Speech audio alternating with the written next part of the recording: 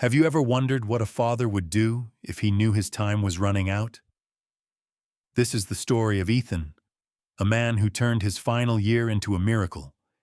He couldn't stay forever, but he found a way to protect his daughter even after death. Instead of giving up, Ethan trained a young German shepherd, a guardian, a promise, a living part of his heart. Years later, that same dog became the proof that love never dies. It only changes shape. But what happened when his daughter grew up and discovered the secret message he left behind? A single voice from the past, a promise from heaven, and a moment that will break your heart in the most beautiful way. If this story touches your soul, don't forget to subscribe, like, and share it with someone you love. Leave a comment telling us about your own miracle, because sometimes God sends angels in fur coats. Thank you for watching, and may God bless you and those you hold dear. Autumn had already taken hold of Montana, brushing the land with its chill breath. The small town of Red Valley lay tucked between sprawling meadows and distant mountain ridges capped with the season's first snow. The mornings began crisp, the air sharp enough to sting the lungs, and by afternoon, a dry golden light fell across the barns and fences like honey poured over wood. On the edge of town stood a modest cabin built of pine logs darkened by years of rain and sun. It belonged to Ethan Moore, a 42-year-old former military dog trainer who now made his living helping local ranchers handle their herding dogs. Ethan was the kind of man shaped by discipline but softened by love. His hair, once jet black, now carried faint streaks of silver that caught the morning light. A faint scar cut across his left eyebrow, a reminder of a training accident overseas, and a day's worth of beard usually shadowed his square jaw. His shoulders were still broad, his hands rough from years of work, but there was a gentleness to his movements, especially when he spoke to animals or to his 10-year-old daughter, Lily Moore. Lily was the very heartbeat of that house, a small girl with light brown curls that always seemed one gust of wind away from chaos. Her wide green eyes mirrored the meadows around them, curious and unguarded. She loved sketching animals and had a habit of naming every bird that landed on their fence. Despite her young age, she carried an unusual calmness, the kind a child learns from watching a parent live quietly with the weight of things unspoken. That morning began like so many others. A faint mist hung over the valley, softening the world into shades of silver and pale blue. Ethan stirred early, pulled on his flannel shirt and worn jeans, and brewed coffee in the dented percolator that hissed like an old friend. The smell filled the small kitchen, mingling with the sound of the radio whispering country songs about roads and memory. Lily patted in, rubbing her eyes, her oversized sweater trailing past her hands. "Morning, Daddy," she mumbled. "Morning, sunshine," Ethan replied, sliding scrambled eggs onto her plate. Their breakfasts were always simple: eggs, toast, sometimes bacon when the budget allowed. They sat across from each other at the wooden table Ethan had built the year she was born. He liked to say the uneven legs gave it character. They talked about small things: Lily's science project, the neighbor's new horse, whether autumn meant the coyotes would come closer this year. After breakfast, Ethan loaded their old Chevy Silverado, its paint chipped and its heater unreliable. He drove Lily to the small red brick school near Main Street. The town itself was modest. One gas station, a diner run by Sarah Cooper, and a hardware store that doubled as the post office. Sarah, a woman in her mid-30s with auburn hair usually tied up in a messy bun, stood outside her diner wiping down tables. She was tall and lean, with freckled skin and a direct gaze that could cut through excuses. She and Ethan had known each other for years, trading quiet nods and polite words, the kind that hinted at unspoken mutual respect. "Morning, Ethan," she called, her voice warm against the cold air. "You look like you could use real coffee, not that engine oil you drink." He chuckled. "Maybe tomorrow, Sarah. Running late today." "Always are," she teased, smiling in that way that softened the hard lines of her face. Ethan waved and drove off. Lily pressed her nose to the cold window, watching as the diner faded behind them. "She likes you, Dad," she said in a sing-song voice. "She likes everyone," Ethan replied. "That's what makes her good at serving coffee." Lily grinned, unconvinced. After dropping her at school, Ethan headed to the old Miller Ranch where he trained working dogs. The air smelled faintly of hay and leather. The morning light glinted off the silver whistle hanging from his neck. Today, he was helping Tom Miller, a burly rancher in his 50s whose German Shepherd mix had trouble following commands. Tom's face was weathered like carved oak, his hands calloused from decades of ranch work. "Morning, Ethan," Tom greeted. "Dog's being stubborn again." "Or maybe he's just smarter than you," Ethan replied with a half-smile. They both laughed, men who communicated more through humor than words. He spent hours on the field, demonstrating voice control, leash work, and hand signals. His movements were precise yet patient. Each gesture carried calm authority. The dogs responded to him instinctively. But near midday, as he crouched to reward the shepherd with a treat, a sudden sharp pain shot through his chest. It wasn't the first time, but this one lingered, tightening until his vision blurred at the edges. He pressed a hand against his ribs, forced a slow breath, and waited for the world to steady. "You okay, Ethan?" Tom asked, concern creasing his brow. "Just the cold," Ethan said, standing too quickly. "Been worse in Afghanistan." He forced a grin, though sweat had already dampened his collar. By afternoon, the pain returned, shorter but heavier, like the dull thud of a warning drum. That evening, when Lily noticed him pale at the dinner table, he brushed it off.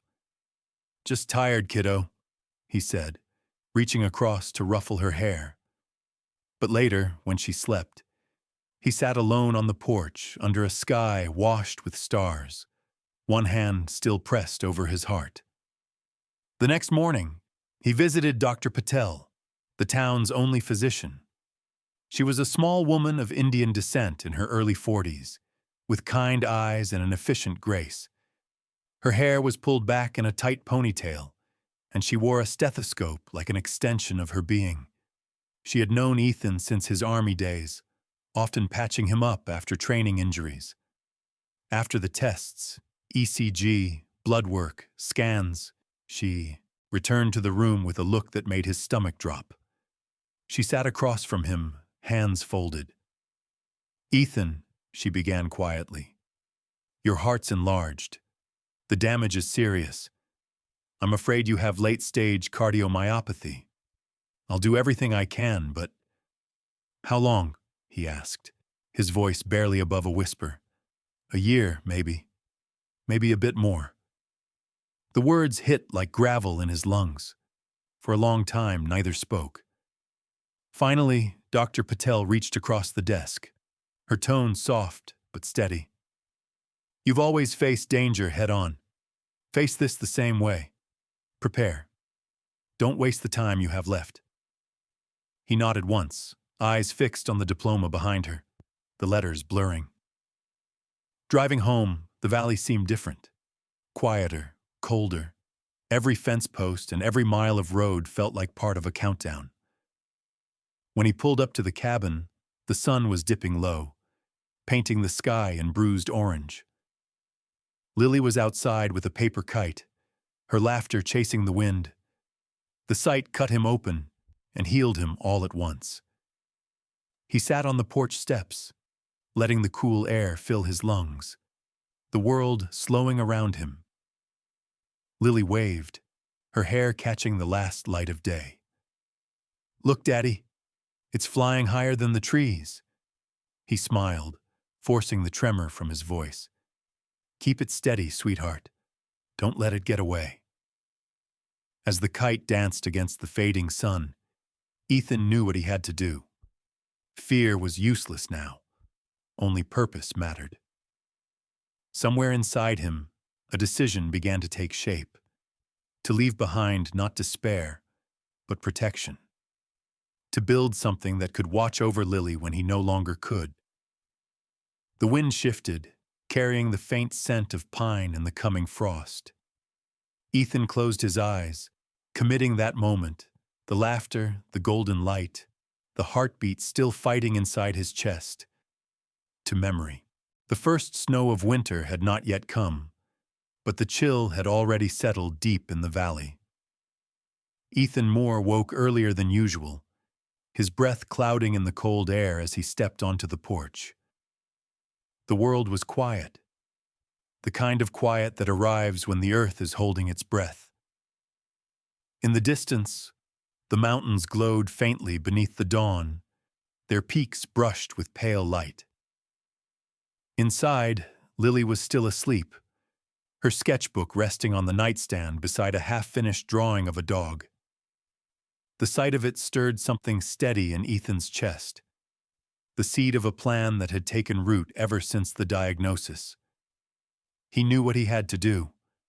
Find a dog, not just any dog, but one capable of protecting Lily when he no longer could. Ethan had trained hundreds of dogs during his service years, most of them German shepherds. They were strong, loyal, fearless, and, more importantly, able to sense emotion in ways humans never could. He wanted one young enough to learn, yet with eyes that already held a spark of understanding. 2 days later, Ethan drove to Pine Hollow Rescue, a small shelter at the edge of town run by James Carter, a man in his late 50s with a weathered face, gray stubble, and a voice like gravel. James had once been a deputy sheriff until a car accident left his right leg permanently stiff. Since then, he'd devoted his life to rescuing abandoned animals. His gruffness often hid a deep tenderness for creatures who had been thrown away by the world. When Ethan arrived, James was standing near a chain-link enclosure, smoking a cigarette despite the biting wind. "Well, if it isn't the best damn trainer Montana ever lost," James greeted with a crooked grin. "Don't start," Ethan said, shaking his hand. "You got any shepherds? Young, sharp, bit of attitude?" James exhaled a stream of smoke. "Got a litter brought in last week. Mother was a working dog, owner passed away. Come on." They walked past rows of kennels filled with barking and whining. At the far end, huddled near a metal water bowl, sat a small German shepherd pup with black and tan fur and oversized ears that seemed too big for his head. His eyes, dark, intelligent, and unflinching, followed Ethan's every movement. The pup didn't bark. He just watched, head slightly tilted. "That one," James said, noticing the look. "Stubborn little guy, doesn't trust easy. Bit me once when I tried to lift him. Name's just Tag 17 for now." Ethan crouched slowly, extending a hand through the fence. The pup sniffed it once, hesitated, then licked his fingers with a quick, uncertain motion. "He's got heart," Ethan murmured.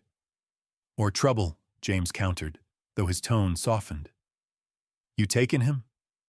Ethan nodded. "Yeah, his name's Max." Back home, Lily's eyes widened when she saw the pup curled in the passenger seat. "He's perfect," she squealed. Max tilted his head, studying her, then let out a tiny bark, as if in reply. Ethan couldn't help but smile. "He's not perfect yet," he said, "but he will be." The days that followed became a rhythm of training and laughter. Mornings began in a field veiled with fog. Ethan, bundled in his worn jacket, moved with quiet precision, teaching Max commands in low, firm tones.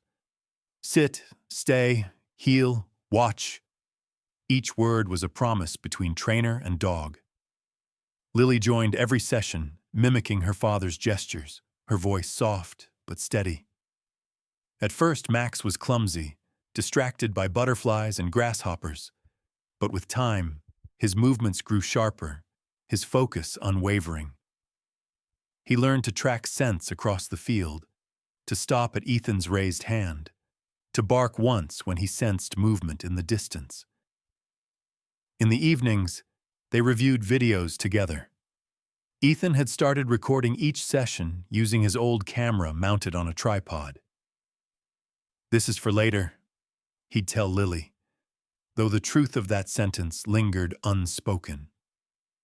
Sometimes he would film a short message directly into the lens, small lessons about patience, responsibility, courage. "You can't control the world, Lily," he said one night, voice barely above a whisper as the fire crackled behind him. "But you can control how you face it." Sarah Cooper, the diner owner, often stopped by after work, bringing coffee and homemade stew. Her auburn hair was tucked under a wool cap, and fatigue clung to her like the smell of grease and coffee beans. "You look thinner," she told Ethan one evening, placing the food on the counter. "Just tired," he replied. Sarah gave him a look that cut through the lie. "You ever think about telling her, Lily?" He stared out the window at the field where Lily and Max were chasing each other in circles. "Not yet. She still laughs like the world's perfect. I'm not taking that from her." Sarah nodded, silent for a moment. "Then make sure when she finds out, she's strong enough to stand on her own." Weeks passed. Max grew fast, his coat thickening, his muscles defined beneath the fur. He was intelligent, sometimes too much so. When Ethan's heart would falter, when his breath shortened after a run, Max would stop mid-command, circle back, and press his nose to Ethan's knee as if to ask if he was all right. It unsettled him, that kind of instinct, almost as if the dog already knew what was coming. By early spring, Ethan's symptoms worsened. There were mornings when he woke dizzy, clutching the kitchen counter until the room stopped spinning. Yet, even then, he never missed a training day. The field had become a sacred space, a place where love and duty blurred into the same language. One afternoon, a storm rolled in, wind tearing across the valley. Lily stood near the porch while Ethan called out commands to Max. The dog hesitated under the gusting rain. Ethan's voice cracked, not from weakness, but emotion. "Stay with her, Max. Always," he shouted over the wind. The dog barked once, a deep, powerful sound that cut through the storm. Lily, soaked but smiling, clapped her hands. "He listens to you, Dad." Ethan smiled faintly, though his chest ached. "He'll listen to you too one day." That night, after Lily had gone to bed, Ethan reviewed the day's recording. In the flickering glow of the fire, his reflection shimmered on the camera lens. He leaned close and spoke softly. "If you're watching this, Lily, it means I couldn't stay. But Max can. Trust him. He'll be your eyes when mine are closed." Outside, the wind had calmed. Max lay by the door, head resting on his paws, eyes open and alert. The silent guardian already learning his first lesson. The wind swept across the plains of Montana with a cold sharpness that hinted winter was near. The grass outside the Moore cabin bent in waves, whispering secrets of an ending season. Ethan Moore sat at the kitchen table, a mug of untouched coffee cooling in his hands. His once strong frame now looked smaller beneath his flannel shirt. His skin had turned pale, and the dark circles under his eyes deepened each morning. The illness was claiming him faster than he wanted to admit. But what hurt more than the pain in his chest was the thought of Lily facing the world alone. He had tried to hide the worsening condition, but children, like dogs, could sense when something was wrong. Lily, now 11, watched her father with quiet eyes. She was growing taller, her curls reaching past her shoulders, but there was a new seriousness to her face, one Ethan wished she didn't have to learn yet. Max, now a year old, had grown into a strong, confident German shepherd with a sable coat that shimmered gold in the light. His posture was proud, his movements precise, but around Ethan he became gentle, often pressing his head against his master's leg as if to remind him he wasn't alone. That morning, Ethan called a number he hadn't dialed in years. The phone rang 3 times before a familiar voice answered. Edward Moore, his father. Edward was in his late 60s, a retired carpenter with a tall, lean frame and weathered hands that still looked capable of bending wood to his will. His hair had turned white, but his voice carried the same firmness Ethan had grown up with. The voice that had once shouted orders across construction sites and family dinners alike. Ethan, Edward said after a long silence. It's been a while. Too long, Ethan admitted quietly. Dad, I need to ask a favor. Another pause. The sound of a chair creaking. Is it about Lily? Ethan swallowed. Yeah, I'm sick, worse than before. The doctors say it won't be long. The old man's voice softened for the first time. You'll send her here then? It wasn't a question. It was a decision. Your mother will want to hear her laughter in this house again. Margaret Moore, Ethan's mother, was the opposite of Edward. Short, round-faced, with silver hair always tied in a bun, and eyes that glowed with patience. She had spent her life as a teacher before retiring to their quiet home near Cody, Wyoming. Her kindness was steady and practical, the kind that mended what others thought was beyond repair. She had forgiven Ethan long ago for leaving the army, even when Edward could not. When she heard about Lily coming, she began preparing the guest room immediately, fussing over every blanket and curtain. As the days passed, Ethan's condition worsened. His breathing grew shallow, his steps slower. Sarah Cooper began stopping by more often with warm meals, her auburn hair hidden under a gray wool hat. One evening, as the sky turned copper, she found Ethan sitting on the porch, a wooden box in his lap. You should be resting, she said, setting a thermos beside him. Resting feels too much like giving up, Ethan replied with a faint smile. He opened the box and began arranging its contents carefully. A folded photograph of the 3 of them, him, Lily, and Max standing by the fence last summer. A small silver bracelet Lily's mother once wore, a sealed envelope addressed simply for Lily, and a flash drive labeled training logs. Sarah's eyes softened. You really thought of everything. I'm trying, Ethan said. When I'm gone, I want her to have something that still feels like me. She already has that, Sarah murmured. The next morning, Ethan called Lily to the table. The winter light filtered through the window, pale and weak. Sweetheart, he said, his voice slow but steady. You're going to stay with Grandma and Grandpa for a while. They'll take good care of you. Lily's fork froze halfway to her mouth. Why? I don't want to go.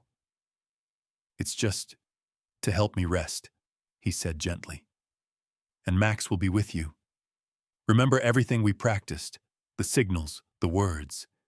He listens to you now. Tears welled up in her eyes. You're lying, she whispered. You're sending me away. Ethan reached across the table, taking her small hands into his. "I'm trying to make sure you're safe, Lily. That's all I've ever wanted."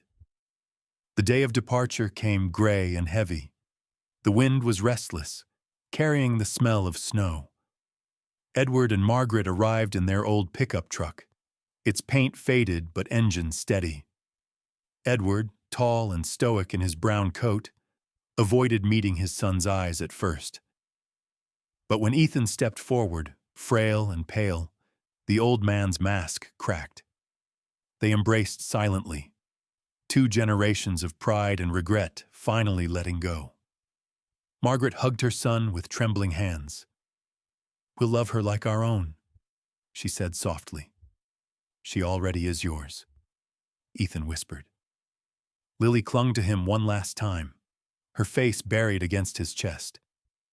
Max stood beside them, ears tilted back, sensing the tension. "Dad, please come with us," she sobbed. Ethan brushed her hair back, memorizing her scent of soap and wind. "Max will protect you, sweetheart. You'll never be alone. I promise." When she finally climbed into the truck, Max jumped in beside her, tail wagging weakly as if unsure whether to stay or follow his master. Ethan managed to smile through the ache in his chest. "Go on, boy," he said hoarsely. "That's your mission now." The engine started. The truck rolled down the dirt road, its tires throwing up soft clouds of dust. Max poked his head out the window, eyes fixed on Ethan until the cabin disappeared behind them. Ethan stood there long after the sound of the truck had faded, his hand pressed to his chest, the wind tugging at his coat. For the first time in months, he let the tears fall freely. Not from fear, but from love too large to hold back. The first snow of winter blanketed Red Valley in silence.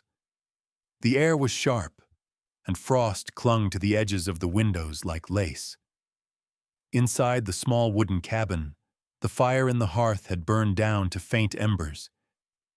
Ethan Moore lay asleep in his bed, his breathing shallow but peaceful.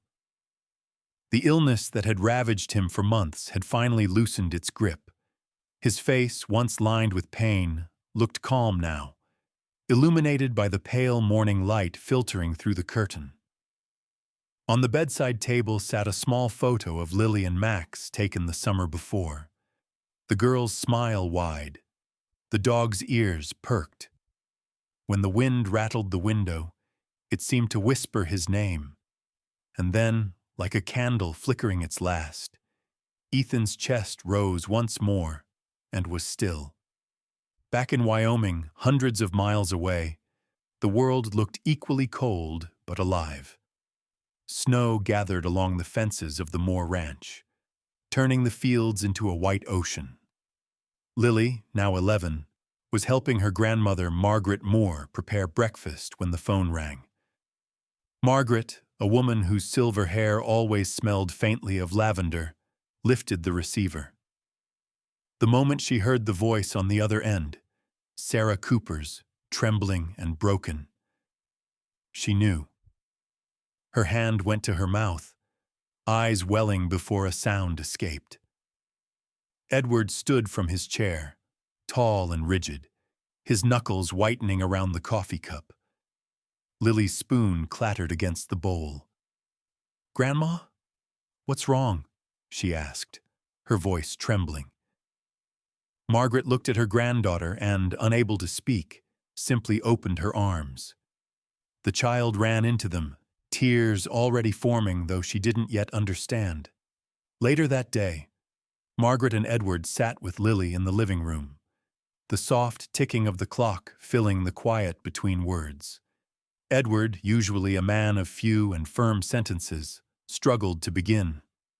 His face was weathered, his jaw clenched. But when he looked at Lily, her eyes red, her hands clutching Max's fur, his tone gentled. "Your dad. He's gone, sweetheart. He passed in his sleep, peacefully." The word peacefully broke her. Lily fell against Max, sobbing into his thick coat.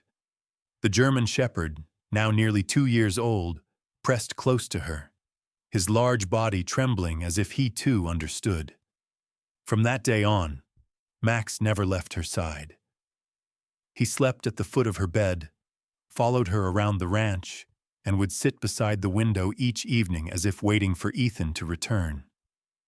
Lily spoke to him more than to anyone else. "You miss him too, don't you, boy?" she'd whisper, and Max would lift his head, eyes glinting in the firelight, tail brushing the floor softly, and answer without words. Years began to pass, measured not in birthdays, but in quiet mornings and seasons changing. Lily grew taller, her curls straightening with time, her once childish voice deepening into something steady. At 16, she had her father's calm expression and her grandmother's patient heart. She helped Edward with carpentry, learned to mend fences, and began assisting Margaret in caring for the animals on the ranch. Her relationship with Max had deepened beyond simple companionship. He had become her anchor. When nightmares woke her, he was there. When she walked to school through the snow, his tracks stayed beside hers. Edward, softened by time and guilt, had grown close to his granddaughter. Though he still spoke with a slow, deliberate tone, his eyes now carried warmth when he looked at her. He'd sometimes tell her stories about her father, how Ethan had once tried to fix the barn roof in a storm, or how he trained his first police dog before joining the army.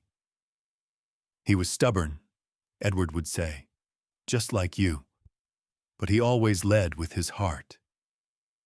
Lily would smile at that, though sometimes her eyes would drift toward the horizon, where she imagined her father standing just beyond sight. One afternoon in late spring, Lily found herself drawn back to Montana. Margaret and Edward tried to dissuade her. The trip was long, the road still rough from winter, but the pull was too strong. She needed to see the house again, the place where her father had laughed, worked, and finally rested. She and Max made the journey together, the old truck rattling along the empty highway. When they arrived, the cabin stood just as she remembered, weathered but standing proud, a sentinel against time. The fields around it were overgrown, wildflowers pushing through frost-bitten soil. Inside, the air carried the faint scent of cedar and something older, something like memory. Dust motes drifted in the sunlight. On the mantel sat the same wooden box her father had prepared years ago. She opened it carefully, fingers tracing the grain. Inside lay the folded photograph, the silver bracelet, and the small USB drive. Her breath caught. She wiped the dust away and whispered, "You really did think of everything, Dad." Back in Wyoming, Edward had helped her set up an old laptop years ago. But this was his. She plugged the USB in and waited. The screen flickered to life, and there he was. Ethan, sitting in the yard, sunlight across his face. His voice, warm and steady, filled the room. "If you're watching this, Lily, it means I've gone on ahead. But Max is there, right? He'll look after you the same way I taught him to. You're stronger than you know, sweetheart. Don't let fear tell you otherwise." He smiled, the same tired but loving smile she remembered. "And when you look at Max, know that part of me is still with you, always." Lily pressed a hand to her mouth, tears streaming silently. Max rested his head on her knee, his eyes soft and knowing. She turned to him, smiling through the tears. "He was right," she whispered. "You never left." Outside, the wind picked up, carrying with it the scent of pine and the faint echo of a voice that seemed to say her name. Lily stepped onto the porch, Max following close, both of them framed against the golden sky. The promise her father made, that she'd never be alone, had kept itself. The morning sun rose gently over Cody, Wyoming, painting the sky in soft shades of amber and gold. The town, once quiet and weathered by years of wind and snow, now hummed with new life. Along the edge of a winding dirt road stood a freshly painted wooden sign that read, "Moore's Hope, Training Center for Dogs and Children." The paint was still bright, its blue letters standing bold against the white backdrop, and a small paw print carved into the corner made it unmistakably hers. At 21, Lily Moore had grown into a young woman who carried her father's calm strength and her grandmother's warmth. Her auburn brown hair, now longer, was often tied into a loose braid that fell over her shoulder. Her face, framed by soft freckles, still held the innocence of the girl who once clung to her father's coat.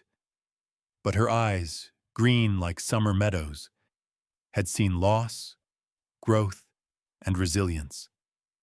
She wore jeans, a flannel shirt rolled at the sleeves, and a leather bracelet engraved with the word hope.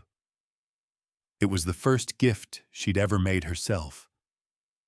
The old German shepherd lying near her feet lifted his head as she moved across the yard.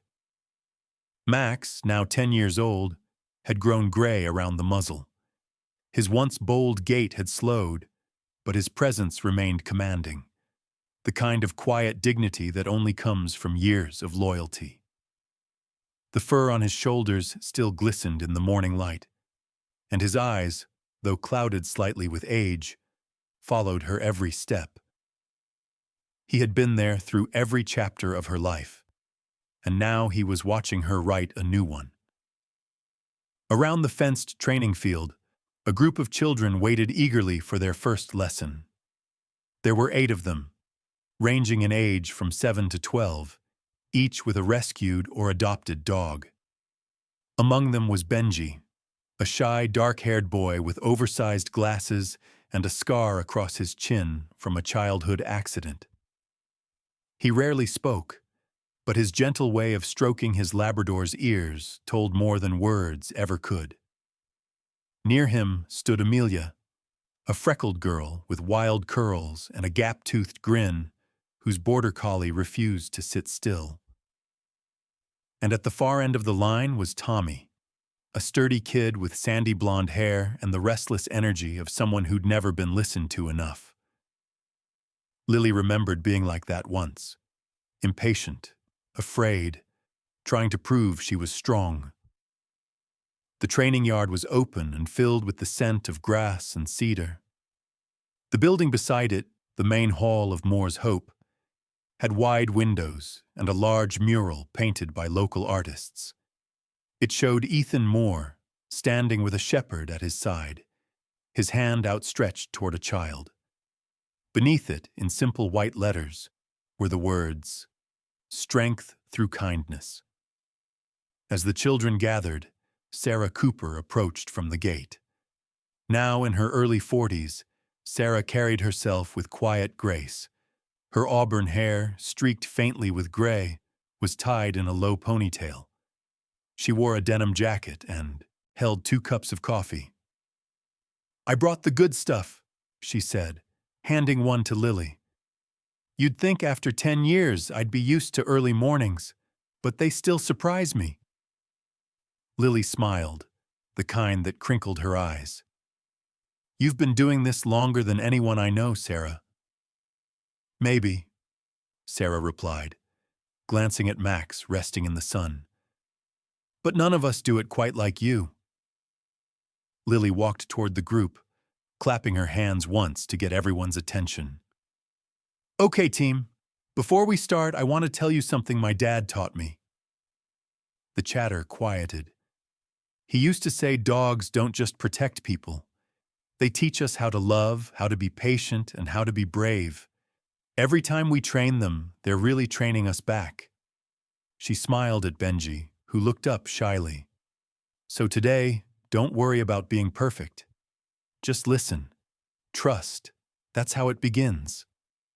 The children nodded, and Lily began the demonstration with Max, though slower now. He still responded with sharp precision. "Sit," she said softly, and he obeyed, tail brushing the dirt. Stay. He froze like a statue, waiting for her next move. The kids clapped, amazed. He's so old, but he still listens, Amelia whispered. Because he remembers, Lily said gently. And because love doesn't forget. As the day went on, laughter filled the field.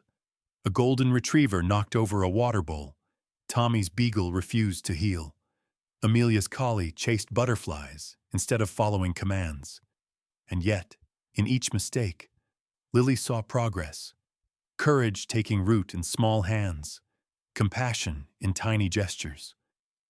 Later that afternoon, Sarah stood by the fence, watching Lily kneel beside Max as the sun began to dip behind the hills. The light turned golden, the shadows long and soft. The children gathered for a final talk. Lily placed her hand on Max's head, her fingers threading gently through his aging fur. Everything you learn here, she said, her voice low but steady, comes from someone who once believed I could do anything. My father taught me that kindness is the strongest command. That's what Moore's hope means, to lead with the heart. Max lifted his gaze toward her, his tail wagging slowly, the movement deliberate and full of pride. For a moment, time seemed to pause. Just Lily, Max, and the echoes of a man's promise carried through the years. The sun slipped lower, bathing the field in amber. Sarah watched quietly from afar, eyes glistening. He'd be proud, she whispered. As the last light touched the sign that bore Ethan's name, Lily looked to the sky and smiled, tears catching the sun. The camera of life, if it had one, would have pulled back then, showing her and Max standing side by side, framed by the glow of dusk, the training field alive with laughter and barked joy. The promise of a father had become a legacy, living not just in her, but in every soul touched by that small place called Moore's Hope. In life, miracles don't always come as thunder from the sky. Sometimes they come quietly, in the shape of love that never fades. For Lily, that miracle was her father's promise living on through Max. A loyal friend sent perhaps by God himself to remind her that love never truly ends. It only changes form. When we lose someone we love, heaven often leaves us small signs. A dog that guards us, a song that plays when we need it most, a memory that comforts us on a lonely night. These are not coincidences. They are whispers from God, gentle reminders that His love flows through every bond we share, through every act of kindness we choose.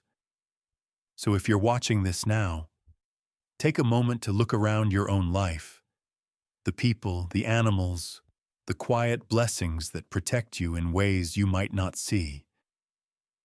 Maybe that's your miracle too. Maybe God has already placed something or someone in your path to keep you safe and loved, just like He did for Lily. Call to action in soft, heartfelt tone for narration. If this story touched your heart, please share it with someone who needs hope today. Leave a comment below.